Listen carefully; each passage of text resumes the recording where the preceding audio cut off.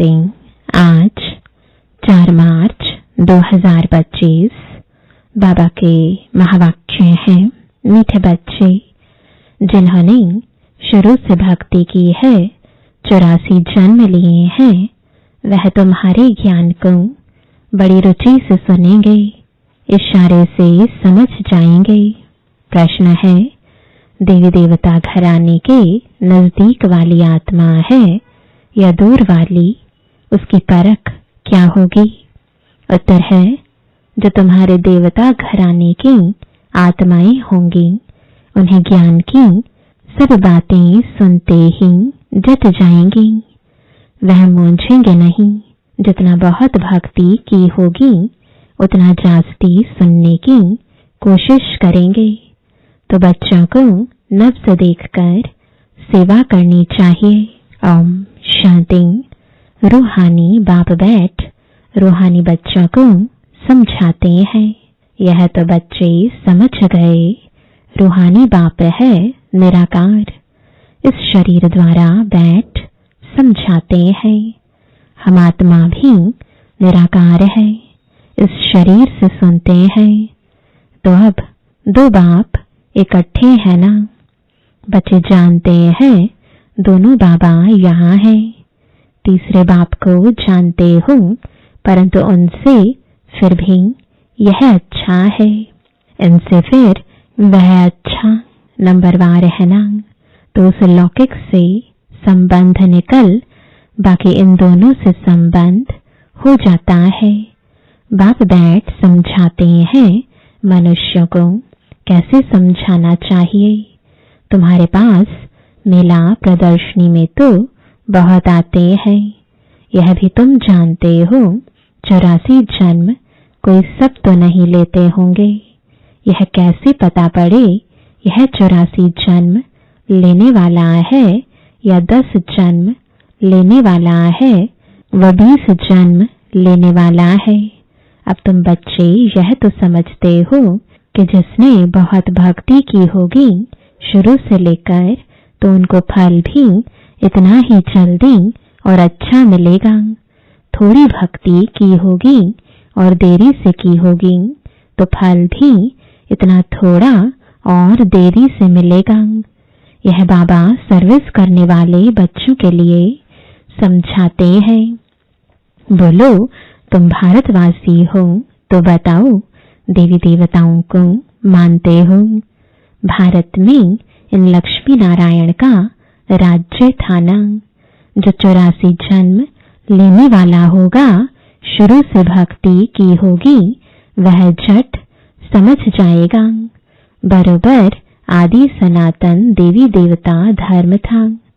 रुचि से सुनने लग पड़ेंगे।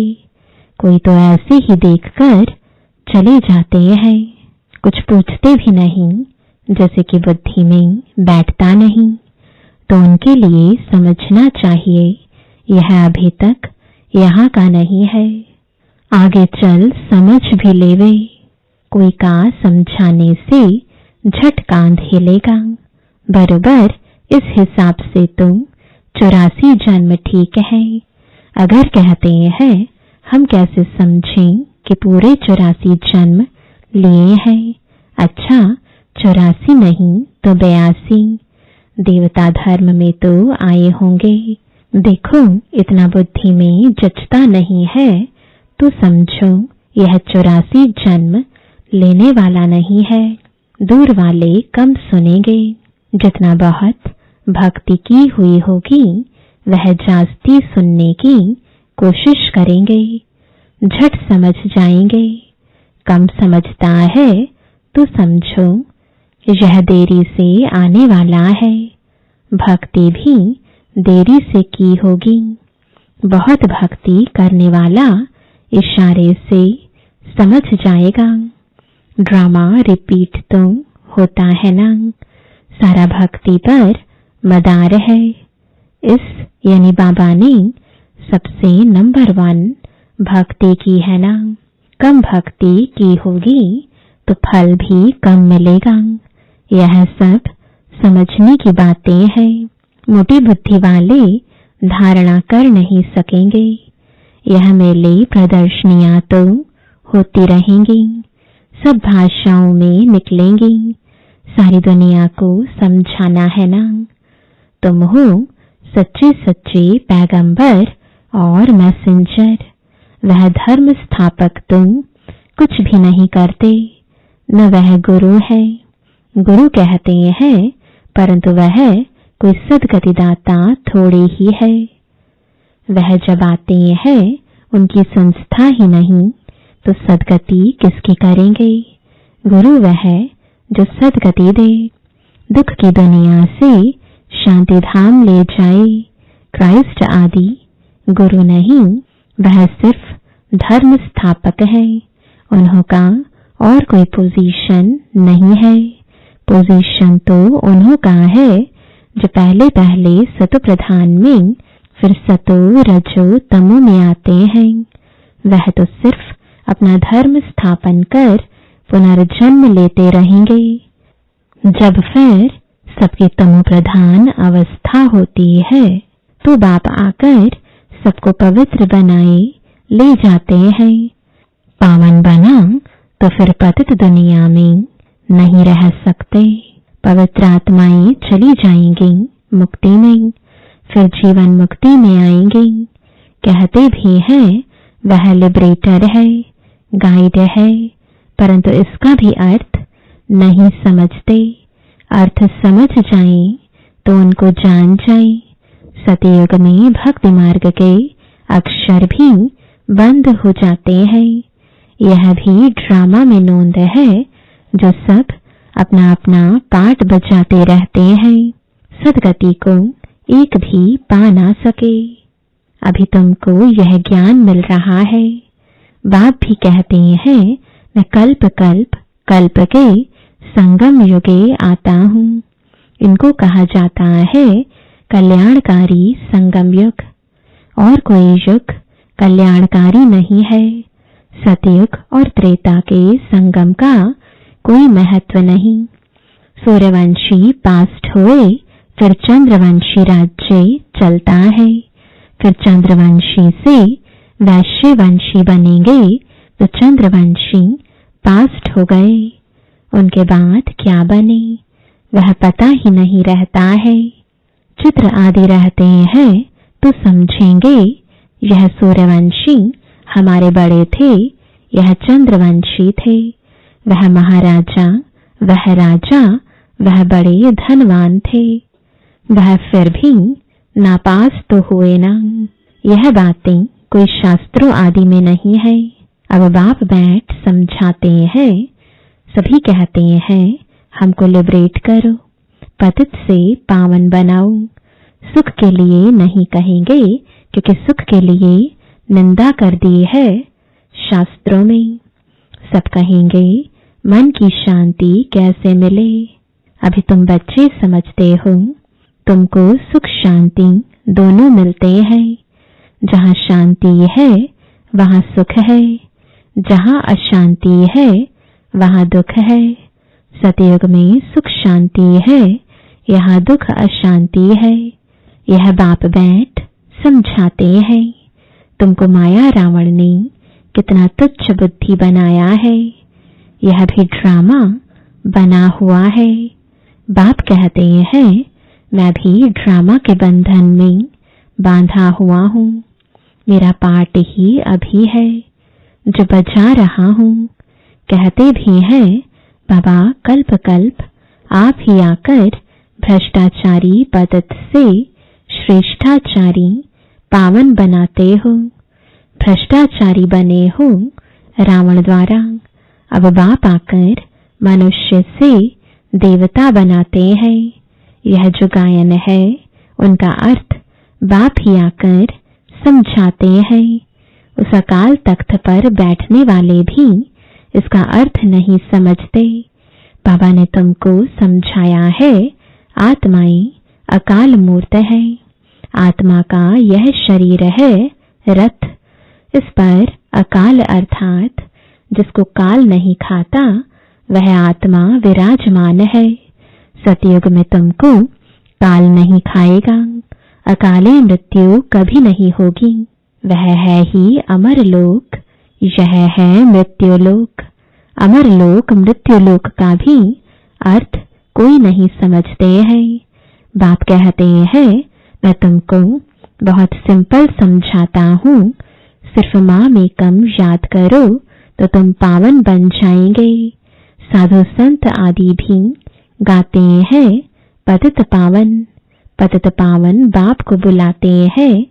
कहाँ भी जाओ तो यह जरूर कहेंगे पतित पावन। सच तो कभी छिप नहीं सकता।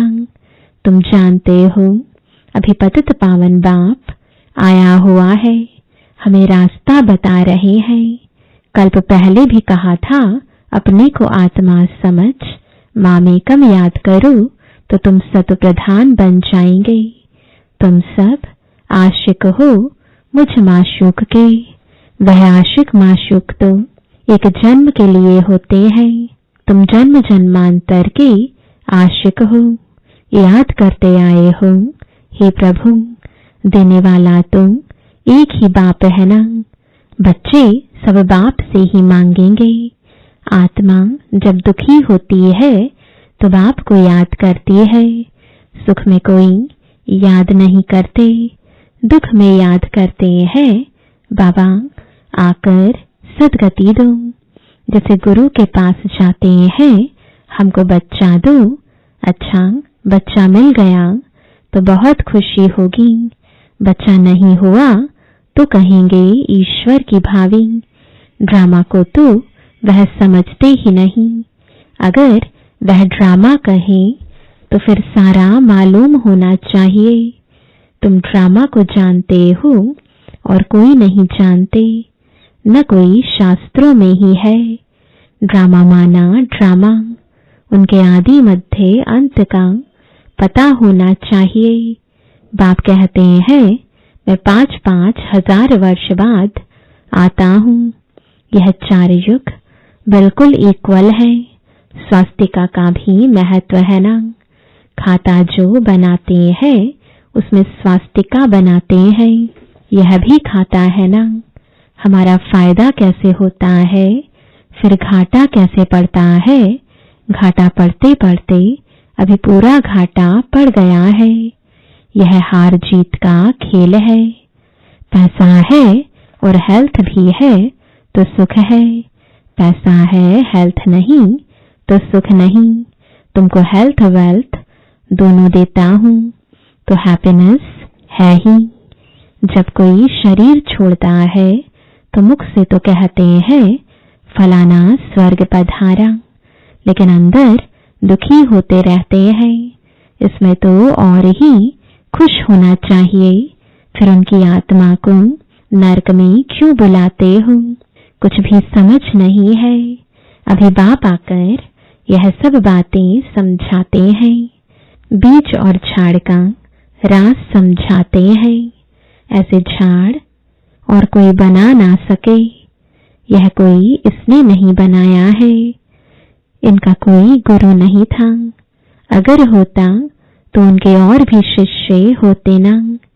मनुष्य समझते हैं इनको कोई गुरु ने सिखाया है, या तो कहते परमात्मा की शक्ति प्रवेश करती है।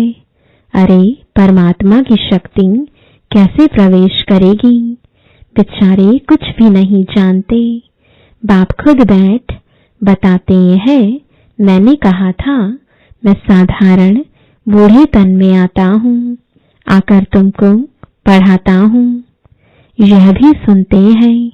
अटेंशन तो हमारे ऊपर है। यह भी स्टूडेंट है। यह अपने को और कुछ नहीं कहते। प्रजापिता सो भी स्टूडेंट है। भल इसने विनाश भी देखा परंतु समझा कुछ भी नहीं। आहिस्ते आहिस्ते समझते गए जैसे तुम समझते जाते हो। बाप तुमको समझाते हैं, बीच में यह भी समझते जाते हैं, पढ़ते रहते हैं। हर एक स्टूडेंट पुरुषार्थ करेंगे पढ़ने का। ब्रह्मा विष्णु शंकर तो है सूक्ष्म वतनवासी, उन्हों का क्या पाठ है यह भी कोई नहीं जानते। बाप हर एक बात आप ही समझाते हैं। तुम प्रश्न कोई पूछ नहीं सकते। ऊपर में है शिव परमात्मा, फिर देवताएं, उनको मिला कैसे सकते। अभी तुम बच्चे जानते हो, बाप इसमें आकर प्रवेश करते हैं, इसलिए कहा जाता है बाप दादा। बाप अलग है, दादा अलग है। बाप शिव, दादा ब्रह्मा है। वर्षा शिव से मिलता है, इन द्वारा ब्राह्मण हो गए ब्रह्मा के बच्चे। बाप ने अडॉप्ट किया है ड्रामा के प्लान अनुसार। बाप कहते हैं नंबर 1 भक्त यह है। 84 जन्म भी इसने लिए हैं। सांवरा और गोरा भी इनको कहते हैं। श्री कृष्ण सतयुग में गोरा था, कलयुग में सांवरा है। पतित है ना, फिर पावन बनते हैं। तुम भी ऐसे बनते हो। यह है आयरन एज्ड वर्ल्ड, वह है गोल्डन एज्ड वर्ल्ड। सीढ़ी का किसको पता नहीं है। जो पीछे आते हैं वह 84 जन्म थोड़े ही लेते होंगे, वह जरूर कम जन्म लेंगे। फिर उनको सीढ़ी में दिखा कैसे सकते।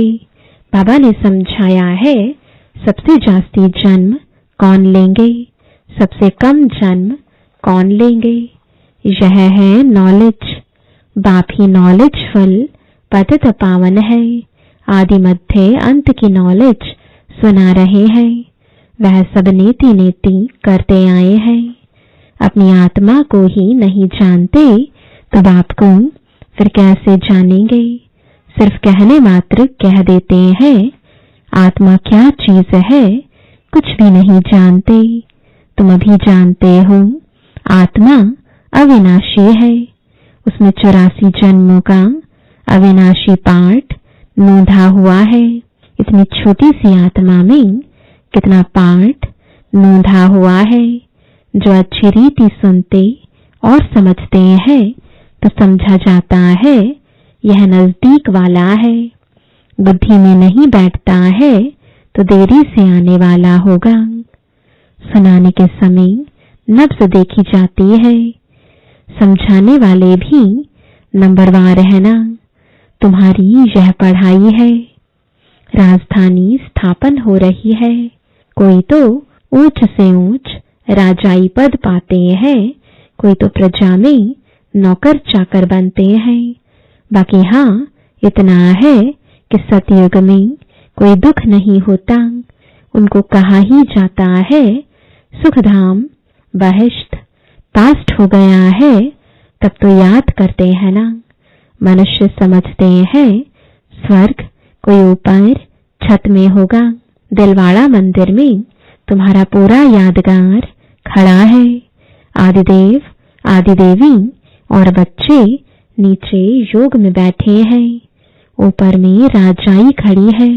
मनुष्य तुम दर्शन करेंगे, पैसा रखेंगे, समझेंगे कुछ भी नहीं। तुम बच्चों को ज्ञान का तीसरा नेत्र मिला है। तुम सबसे पहले तो बाप की बायोग्राफी को जान गए तो और क्या चाहिए।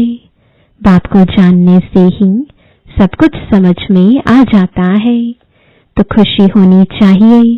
तुम जानते हो अभी हम सतयुग में जाकर सोने के महल बनाएंगे, राज्य करेंगे। जो सर्विसेबल बच्चे हैं उन्हों की बुद्धि में रहेगा। यह स्पिरिचुअल नॉलेज स्पिरिचुअल फादर देते हैं। स्पिरिचुअल फादर कहा जाता है आत्माओं के बाप को। वही सदगति दाता है, सुख शांति का वर्षा देते हैं। तुम समझा सकते हो यह सीढ़ी है भारतवासियों की जो 84 जन्म लेते हैं। तुम आते ही आधे में हो तो तुम्हारे 84 जन्म कैसे होंगे। सबसे जास्ती जन्म हम लेते हैं। यह बड़ी समझने की बातें हैं। मुख्य बात ही है पतित से पावन बनने लिए बुद्धि योग लगाना है। पावन बनने की प्रतिज्ञा कर फिर अगर पतित बनते हैं तो हडगट एकदम टूट पड़ती है, जैसे कि 5 मंजिल से गिरते हैं। बुद्धि ही मलेच्छकी हो जाएगी। दिल अंदर खाता रहेगा, मुख से कुछ निकलेगा नहीं। इसलिए बाप कहते हैं, खबरदार रहो। अच्छा, मीठे मीठे सिकिलदे बच्चों प्रति माता पिता बाप दादा का याद प्यार और गुड मॉर्निंग। रूहानी बाप की रूहानी बच्चों को नमस्ते। रूहानी बच्चों की रूहानी बाप दादा को गुड मॉर्निंग और नमस्ते। धारणा के लिए मुख्य सार है, पहला, इस ड्रामा को यथार्थ रीति समझ माया के बंधनों से मुक्त होना है। स्वयं को अकाल मूर्त आत्मा समझ बाप को याद कर पावन बनना है। दूसरा, सच्चा सच्चा पैगंबर और मैसेंजर बन सबको शांति धाम सुख धाम का रास्ता बताना है। इस कल्याणकारी संगम युग पर सभी आत्माओं का कल्याण करना है।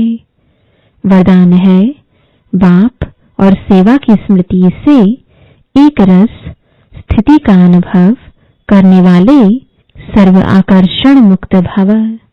जैसे सर्वेंट को सदा सेवा और मास्टर याद रहता है, ऐसे वर्ल्ड सर्वेंट सच्चे सेवाधारी बच्चों को भी बाप और सेवा के सिवाय कुछ भी याद नहीं रहता। इससे ही एक रस स्थिति में रहने का अनुभव होता है। उन्हें एक बाप के रस के सिवाय सब रस नीरस लगते हैं। एक बाप के रस का अनुभव होने के कारण कहां भी आकर्षण नहीं जा सकती। यह एक रस स्थिति का तीव्र पुरुषार्थ ही सर्व आकर्षणों से मुक्त बना देता है। यही श्रेष्ठ मंजिल है। स्लोगन है, नाजुक परिस्थितियों के पेपर में पास होना है तो अपनी नेचर को शक्तिशाली बनाओ। आज का अव्यक्त इशारा, सत्यता और सभ्यता रूपी कल्चर को अपनाओ।